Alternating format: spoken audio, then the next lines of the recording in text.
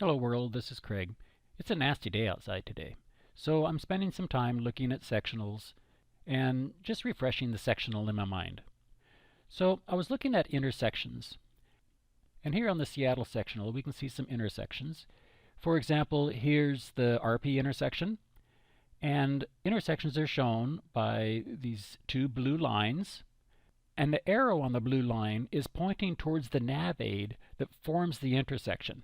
So for example, in this one for RP, one arrow is pointing over here to the right to the Payne VOR. Another arrow is pointing up to the Penn Cove VOR. And so those two radials intersect and create that intersection. The dig-in, it's slightly different in that it's the intersection of two Victor airways, just like the RP, but it also has a third arrow that's pointing over to the Payne VOR. So it's got Victor 287 going up to Penn Cove. It has Victor 4 or 495 pointing down to Seattle, but then it has just the arrow, it's not a Victor airway, pointing over to the Payne VOR. So we have these named intersections shown by short blue arrows with the arrow pointing towards the NAVAID that defined that intersection. But hold the phone. Here is the water intersection that has two blue arrows. One of them is on a Victor airway, so one's Victor 495 going down to Seattle.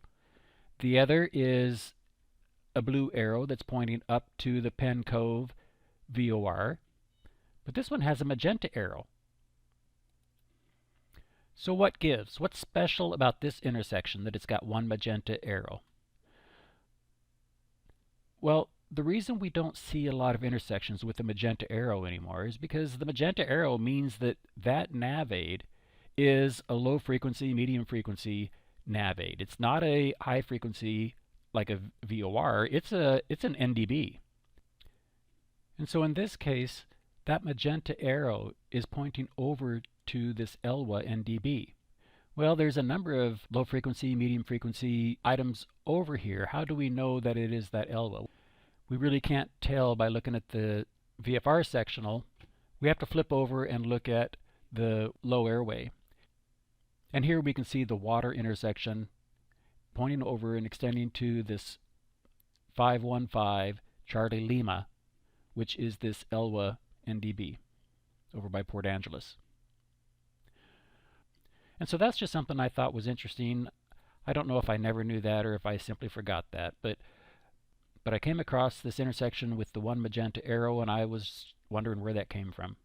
So I wanted to refresh my memory. So that's just my opinion, and just remember, I'm not a CFI, so use your common sense, do your own research, ask your CFI, and study these things for yourself. All right, thanks for watching. Bye.